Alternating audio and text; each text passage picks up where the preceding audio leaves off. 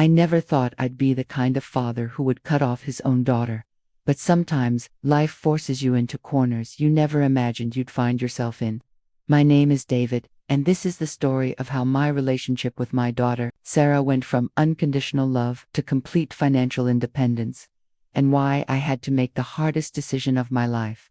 Sarah was always my little princess. From the moment she took her first steps, I knew she was going to be something special. My wife Linda and I, we gave her everything we could: dance lessons, piano, horseback riding, private tutoring, you name it, Sarah had it. Maybe that was our first mistake, but when you love someone that much, you want to give them the world. Growing up, Sarah was brilliant, straight A's through high school, acceptance to Northwestern University with partial scholarships. Linda and I were so proud. We thought we'd raised the perfect daughter, someone who would grow up to be independent, successful, and happy. Looking back now, I realize we might have been too generous, too willing to smooth over every bump in her road. College was expensive, even with the scholarships. Between tuition, room and board, books, and spending money, we were shelling out about $40,000 a year. It was a stretch for us, I won't lie. I'm a mechanical engineer, Linda's a nurse, and we make good money, but Northwestern isn't cheap. We dipped into our retirement savings, took out a second mortgage on the house, but we told ourselves it was an investment in Sarah's future. Then came the graduation. Sarah walked across that stage with her business degree, and Linda and I couldn't have been prouder. We threw her a party, bought her a new car as a graduation gift, and helped her move into her first apartment in Chicago. She landed a job at a marketing firm within 2 months. Everything seemed perfect. But something changed after graduation. Maybe it was the reality of adult life hitting her, or maybe we'd sheltered her too much, but Sarah started expecting us to continue supporting her financially. At first, it was small things. A few $100s here and there for furniture, help with the security deposit, money for professional clothes. We didn't mind. We figured she was just getting on her feet, but then the requests got bigger and more frequent. 2004, a vacation with friends because she'd been working so hard. 3,000 when her car needed repairs, even though the car was only a year old. 500 for a new laptop because hers was apparently too slow. Every month, there was something. I started to feel like an ATM instead of a father. Sarah would call, we'd chat for maybe 5 minutes about her life. And then, inevitably, she'd bring up whatever financial crisis she was facing that month. It was always presented as temporary, always with promises to pay us back. But the paybacks never came. Linda started getting worried too. We'd been planning to retire in about 10 years, but our savings were being depleted faster than we could replenish them. One evening, Linda sat me down at the kitchen table with our bank statements spread out in front of her. The numbers were stark. In the 2 years since Sarah's graduation, we'd given her over $30,000. $30,000 that came directly out of our retirement fund. I confronted Sarah about it the next time she called asking for money. She needed $1,500 for what she called a professional development course that would help her advance at work. I asked her why she couldn't pay for it herself, and that's when things got ugly. "Dad, you don't understand," she said, her voice taking on this tone I'd never heard before. Cold, almost manipulative. "I'm building my career. This is an investment in my future, which means it's an investment in your future too. When I'm making 6 figures in a few years, I'll be able to take care of you and Mom." That phrase stuck with me. I'll be able to take care of you and Mom. Like we were some kind of burden she'd eventually have to shoulder. Like our own financial security was her responsibility to manage. It was the first time I realized Sarah saw our money as essentially hers, just temporarily in our possession. I tried to explain that we had our own retirement to think about, that we couldn't keep supplementing her income indefinitely. Her response shocked me. She got angry. Actually angry. She accused me of being selfish, of not caring about her success, of trying to sabotage her career just when she was getting started. "You spent all this money on my education," she said, "and now you're going to let it go to waste because you won't help me for a few more years until I get established." It was like she'd completely forgotten that we'd already invested over $200,000 in her education, that we'd mortgaged our own future to give her the best possible start in life. Now she was acting like we owed her continued support simply because we'd supported her before. If you're watching this and you've dealt with something similar, I'd love to hear your story in the comments, because what happened next made me question everything I thought I knew about parenting and family relationships. Linda and I decided we needed to set boundaries. We agreed that we'd have one final conversation with Sarah, explain our financial situation clearly, and let her know that while we loved her, we couldn't continue providing regular financial support. We thought she'd understand. We thought she'd appreciate our honesty, and maybe even respect us for taking care of our own future. We were wrong. Sarah came over for dinner on a Sunday in March. I remember it was raining. One of those cold, miserable Chicago spring days. Linda had made Sarah's favorite meal, pot roast with mashed potatoes. We ate and chatted about normal things for a while. Sarah told us about her job, about a guy she'd started dating, about an apartment she was thinking of moving to. For a moment, it felt like old times. Then Linda and I brought up the money conversation. I'll never forget the look on Sarah's face when I explained that we needed to stop providing regular financial support. It wasn't anger this time. It was something worse.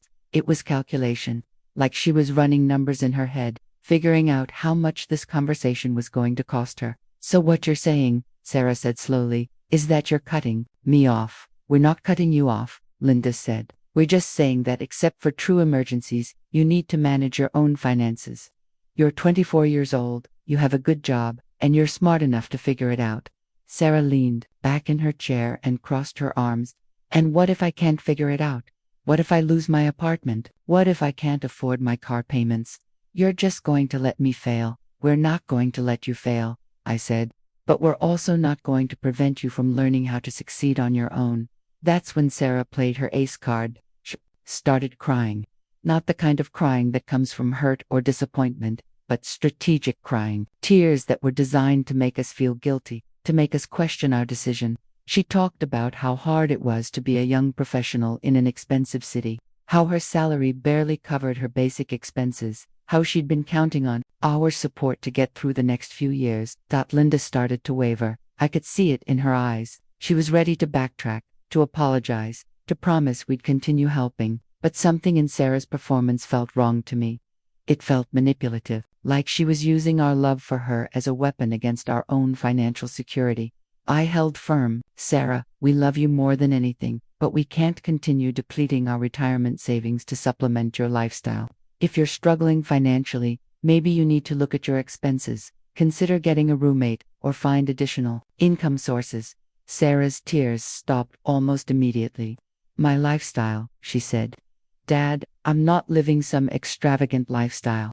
I'm trying to build a career and a life, and I thought my parents would support that. We have supported it, I said. We've supported it to the tune of over $200,000 for your education, and another $30,000 since graduation. At some point, that support has to transition into independence. Sarah stood up from the table. Fine, she said. If that's how you want it, fine. But don't expect me to come crawling back when you realize you've made a mistake. She left that night, and I didn't hear from her for 3 weeks. When she finally called, it wasn't to apologize or to say she understood our position. It was to ask for money again. $5,000 this time, for what she called a security deposit and first month's rent for a new apartment. She said her current lease was up and she'd found a better place. I asked her what happened to the money she'd been saving by not paying for the professional development course she'd asked for money for the month before. She claimed she'd never asked for money for a course, that I was misremembering. That was the moment I realized we were dealing with something more serious than just financial immaturity. Sarah, I said, I'm not giving you $5,000. We talked about this. You need to figure out your own housing situation. Her response was immediate and harsh. You know what, Dad? You're being incredibly selfish. Mom's going to be so disappointed in you when I tell her about this conversation. She was trying to manipulate me by driving a wedge between Linda and me. It was a sophisticated manipulation tactic, and it might have worked if Linda and I hadn't already discussed. Instead, it just confirmed that we were dealing with someone who was willing to use family relationships as leverage to get what she wanted. Linda and I are on the same page about this, I told her. We both love you, and we both think you're capable of managing your own finances. Sarah hung up on me. Over the next few months, the pattern became clear. Sarah would call every few weeks with some new financial crisis. Each time, the story would be slightly different, but the request was always the same. Money. usually large amounts. And each time I said no, her reaction became more extreme.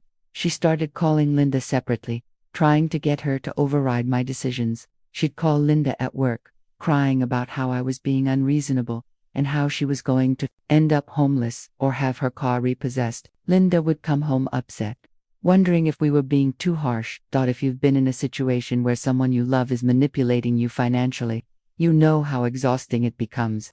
You start second-guessing every decision, wondering if you're being too rigid, too unforgiving. You love this person, so you want to help them, but you also recognize that the help isn't actually helping. It's just enabling. The breaking point came in September. Sarah called me at work, which she'd never done before. She was hysterical, claiming that she was about to be evicted from her apartment and that her car was going to be repossessed. She needed $8,000 immediately, or her life was going to fall apart. Something about the timing felt off.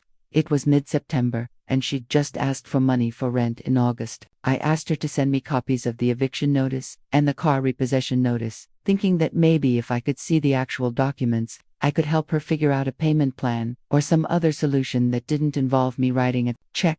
Sarah got angry that I was asking for documentation. "You don't trust me," she said. "I'm your daughter, and you don't trust me." "I trust you," I said, "but I want to understand the situation fully before we figure out how to handle it." She refused to send any paperwork. Instead, she gave me an ultimatum. "Either you transfer $8,000 to my account today, or I'm done with you. Completely done. You'll never see me again." Those words hit me like a physical blow. My own daughter was threatening to cut me out of her life if I didn't give her money. Not if I didn't love her, not if I didn't support her emotionally, but if I didn't give her money. It was the clearest statement possible of what our relationship had become from her perspective. I took a deep breath. "Sarah, I love you more than you'll ever know, but I'm not giving you $8,000. If you want to cut me out of your life over money, that's your choice, but it's not the choice I would make." She hung up. That was 6 months ago. I haven't heard from her since. That silence has been devastating. Linda cries sometimes, wondering if we made the right choice. We've missed Sarah's birthday, missed holidays, missed all the little moments that make up a parent-child relationship. There are times when I question everything, when I wonder if I should have just given her the money and dealt with the consequences later. But then, I remember that conversation, and I remember the ultimatum. Give me money or lose me forever. That's not the statement of someone who loves you. That's the statement of someone who sees you as a resource to be managed and exploited. I've done some research since then, and I've learned that what Sarah was doing has a name: financial abuse. It's usually talked about in the context of romantic relationships, but it can happen in families too. It's when someone uses emotional manipulation, guilt, threats, or other tactics to control someone else's financial decisions. The threat to cut off contact unless money is provided is a classic technique. Here's what I wish I'd known earlier, and what I want to share with anyone who might be dealing with something similar. When someone you love makes their relationship with you conditional on your willingness to give them money, they're not actually loving you. They're loving what you can provide for them. Real love doesn't come with financial strings attached. That doesn't make it hurt any less. I still miss my daughter every day. I still hope that someday she realized that our love for her was never conditional on our ability to support her financially, and that our decision to stop giving her money wasn't about not loving her. It was about loving her enough to believe she could succeed on her own. I've heard through mutual friends that Sarah is doing fine. She's still working at the same marketing firm. She's still living in Chicago. And she hasn't become homeless or had her car repossessed. The financial crises that seemed so urgent and devastating when she was asking for money apparently resolved themselves once she realized the money wasn't coming. That knowledge is both comforting and heartbreaking. Comforting because it confirms that she was capable of handling her own finances all along. Heartbreaking because it means that all those desperate phone calls, all those tears, all those manipulation tactics were just tools she was using to extract money from people who loved her. Linda and I are slowly rebuilding our retirement savings. We've gotten financial counseling to make sure we're on track for retirement, and we've put systems in place to protect ourselves from similar situations in the future. We've also started going to therapy to work through the guilt and grief of losing our daughter over money. Our therapist helped us understand that we didn't lose Sarah over money. We lost her because she was willing to sacrifice our relationship for money. There's a difference, and understanding that difference has been crucial to our healing process. I want to be clear about something. I don't think Sarah is a bad person. I think she's someone who was never taught the difference between wants and needs, someone who was never forced to develop her own financial resilience. Maybe Linda and I are partially responsible for that. Maybe we made it too easy for her, removed too many obstacles from her path, solved too many problems for her. But regardless of how we got here, the reality is that she became someone who was willing to use emotional manipulation to control our financial decisions, and that's not a dynamic I could continue to participate in, no matter how much I love her. If Sarah is watching this, which I doubt she is, I want her to know that our door is always open, not our checkbook, but our door.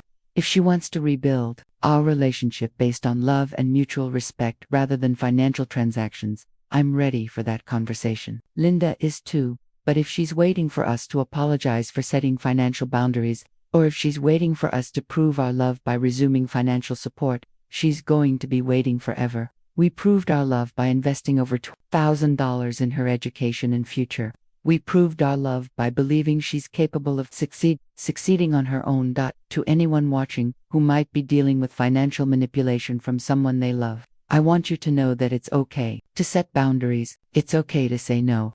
It's okay to love someone and still refuse to let them control your financial decisions. Love shouldn't come with a price tag.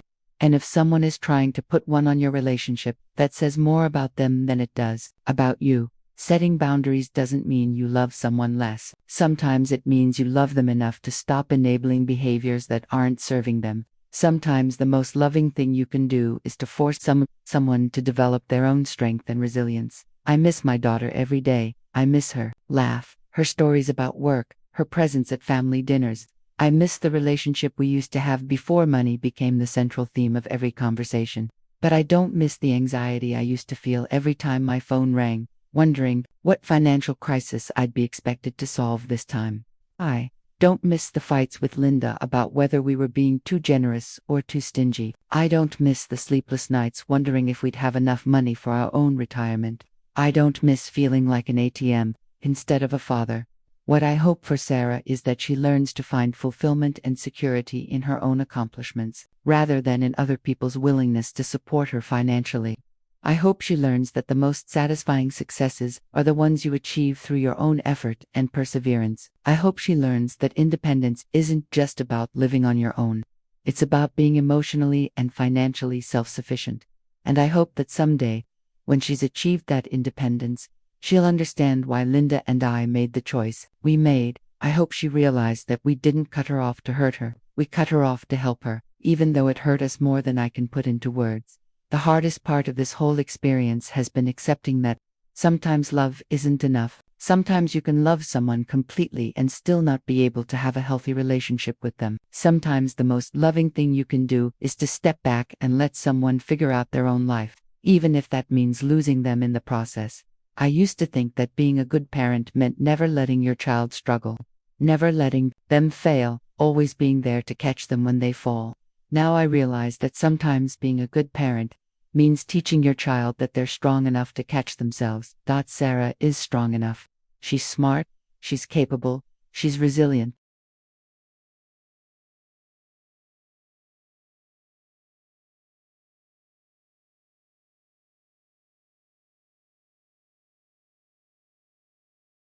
She just never had to prove it to herself because Linda and I were always there to prove it for her. Maybe by stepping back, we've finally given her the space she needs to discover her own strength. I may never know if that's true. Sarah may never speak to me again, and I have to find a way to live with that possibility. But I also have to live with the knowledge that I did everything I could to raise her right, and that the choices she makes now are her own. If you're a parent watching this, hug your kids tonight. But also teach them that your love for them isn't measured by your willingness to solve their problems or fund their lifestyle. Teach them that the greatest gift you can give them is the confidence to build their own life, with their own hands, using their own strength.